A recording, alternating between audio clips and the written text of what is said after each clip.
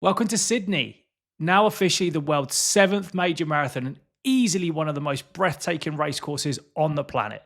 On Sunday, it was my chance to put months of training on the line and take one last shot this season at cracking sub 240. In this video, I'm going to break down exactly how the race unfolded, show you some behind the scene footage you won't see anywhere else, and give you my honest verdict on whether this is a marathon you should add to your bucket list. So here's a question. If you're planning your first marathon or chasing that next big goal, is it worth a flight down under? Stick around to find out. So something a little bit different for you today, guys. I'm going to run through the race video and give you some kind of commentary at the same time, and hopefully just give you a little bit more insight as to what it was like on the day. It was a perfect race, perfect morning.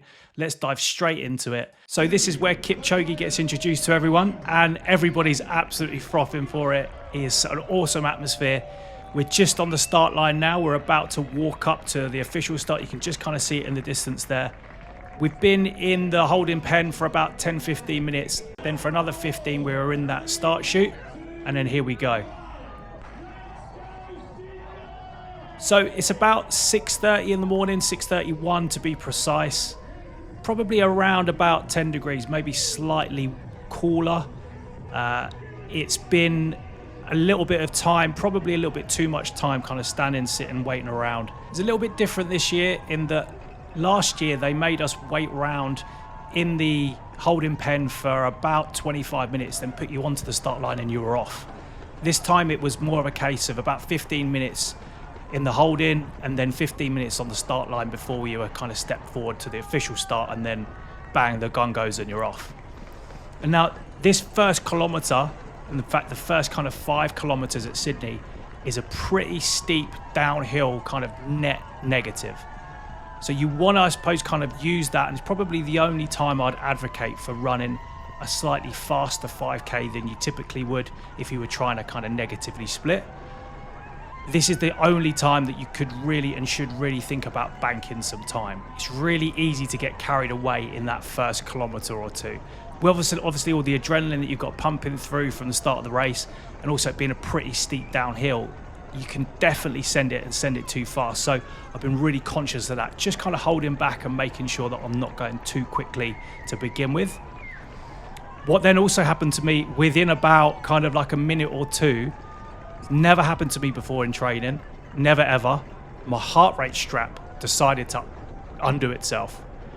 So I'm running downhill and I'm trying to fix the heart rate strap, and for everyone who's got one, it's such a small hole to get it through, and that was a bit of a nightmare start, but managed to compose myself, managed to keep going.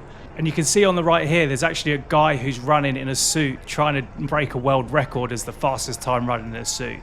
He said he was a 2:25 marathon runner, but obviously doing it in a suit is a bit trickier. So I knew I was kind of in good company and in and around the right kind of speed, obviously a bit quicker than me.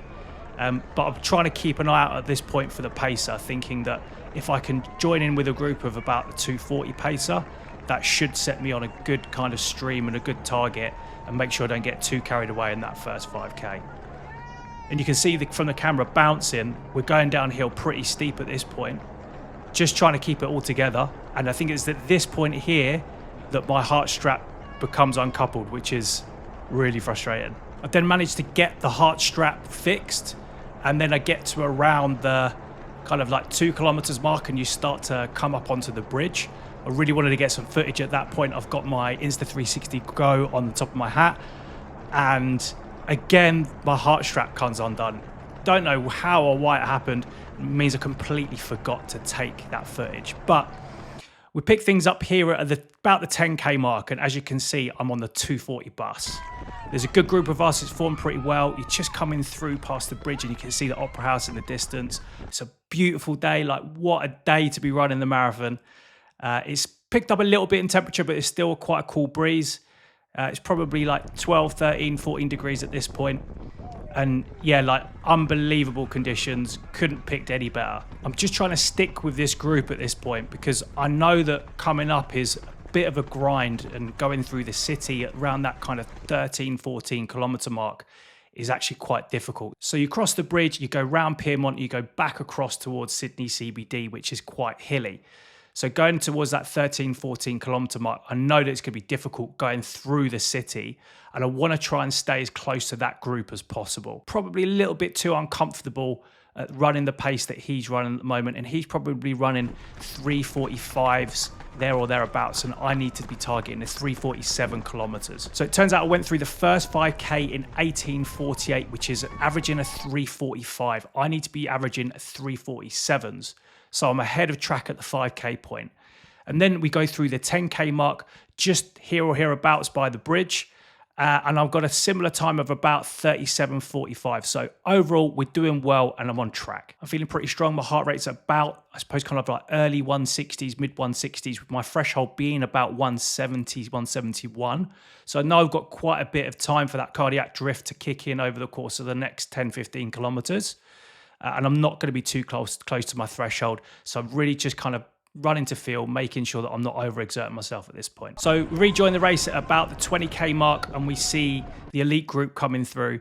We're heading down towards Anzac Parade, and as you can see, the bus is gone. The bus is probably about 30 seconds, 20 seconds ahead of me at this point, a little bit further out in the distance. It's just become a little bit too uncomfortable keeping up with them in the city. And I'm hoping that at this point on this long stretch down Anzac Parade, out and back, that I'll be able to either pick up the pace or just kind of keep that same distance behind them.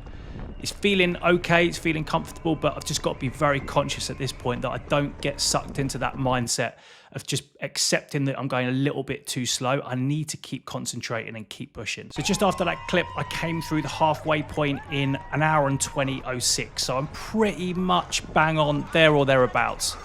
But obviously with Sydney, it's the faster first half of the race. The second half of the race is going to be quite difficult to negatively split. So I'm a little bit behind in terms of my goal and where I want to be. That long grind out and back down Anzac Parade, you come back through Centennial Park. And it's around that point that you hit the 30 kilometre mark. And at 30 kilometres, I was averaging 3:49 kilometre, whereas I need to have averaged a 3:47. So probably about a minute behind. And I know that I've got my friends and family at the 38k point, and the 30 to 35k point is probably for me the hardest part of the race, and where I really start to question why I'm doing it. So that 30 to 35 was real tough, really just kind of trying to focus, keep in the game, and keep telling myself that I've only got 12 or so kilometers to go. So this is coming into Mrs. Macquarie's chair around about the 38 kilometer mark. And the crowds, as you can see, are absolutely awesome. You have to come back past yourself, as you can see on the left-hand side, to get to the finish. So it's a great place for the crowds to congregate. And the support this year has been absolutely unreal. Last year was great. This year's even better. So guys that have run London, I can only imagine how crazy that feeling must be. I am running at about a 3:50, so I'm a little bit behind again. But I know that I've probably got 4 and a bit kilometers or so to go. And just coming up here ahead of me, this was a real boost. And here's the Vipers Run Club crew. There's the flag and my family. And that really helps just to get you through to that final last few kilometers. At this point, I'm running about 3:50 average, 3:51 still. So I'm kind of maintaining pace and keeping pace. But my heart rate, I'm well into my threshold and I'm maxing out pretty close, probably about 180, 185 at this point. But I'm quite conscious that that goal of 240 is probably a bit out of reach unless I have an unbelievable last 4 and a bit kilometers. So it's more about, for me now at this point, just enjoying the atmosphere. I'm still on for a PB. My PB would be anything sub 243. So I'm really conscious that I can still get that, but at the same time, I want to enjoy myself and not absolutely ruin it. So we rejoin it about the 41 kilometer mark, and we're coming out of Miss Macquarie's chair. So this is the most difficult part of the race. The heart rate is really pumping. The hill is getting steeper and steeper. But again, I've got my friends and family up here, which gives you that final boost just to be able to climb yourself out and then enjoy the run home. Yeah, man, that's absolutely awesome. Looking back and just feeling that emotion of remembering coming through, phenomenal feeling. Doesn't get any better than that. And I suppose it's at this point where I'm really just soaking everything in. I know that I'm probably going to get a PB. I'm about 351, 352-ish. on my watch as an average. So that's going to get me in about 3:42. And so now it's more a case of just enjoying everything, soaking it all up, enjoying the atmosphere.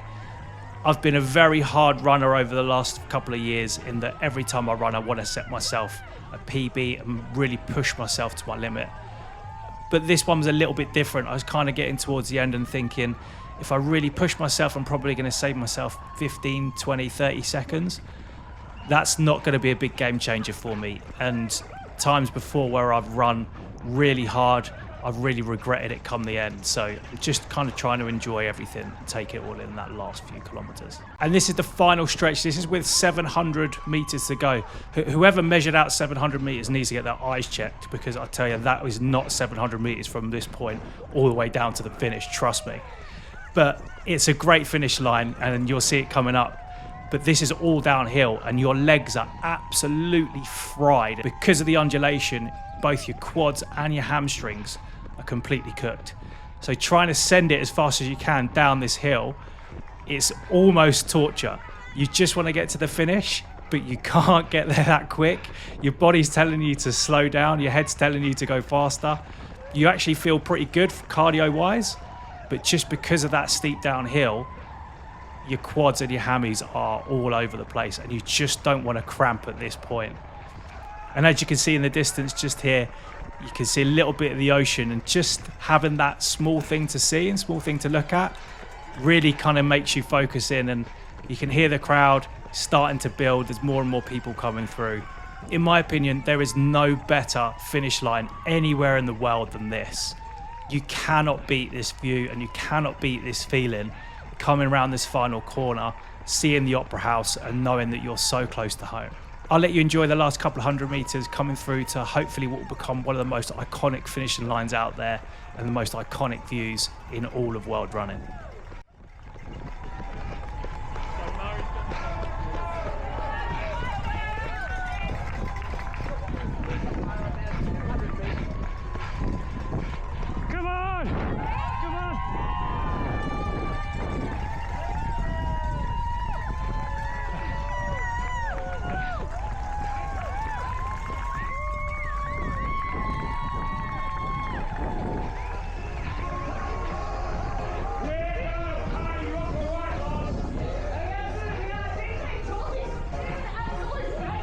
And that's it. We come across the line in 2 hours 42:41.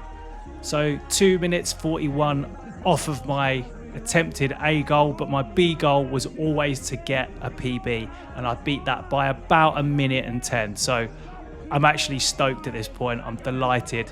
I'm really obviously happy to finish, but when I look at my watch and I see the time, there's definitely a smile on my face. And that's one of the most important things that you can get from running. And that's it. Not quite the 2:39 I was hoping for, but still a great way to finish the marathon season for me. And what a place to finish it all off at. On the whole, the event was almost faultless. So if you're thinking about making your way to Sydney for next year, make sure you get your name in the ballot at the end of the month. Also, make sure you like and subscribe to the channel, guys. I've got another great event coming up where I'll be running from Bondi Beach to Manly Beach, and that's coming up in the coming months, as well as the Summer of Speed 5K races, which are starting back up as well. There's also some great content on the channel to help you in your running journey, so make sure you check out some of my other videos here. Ta-ra.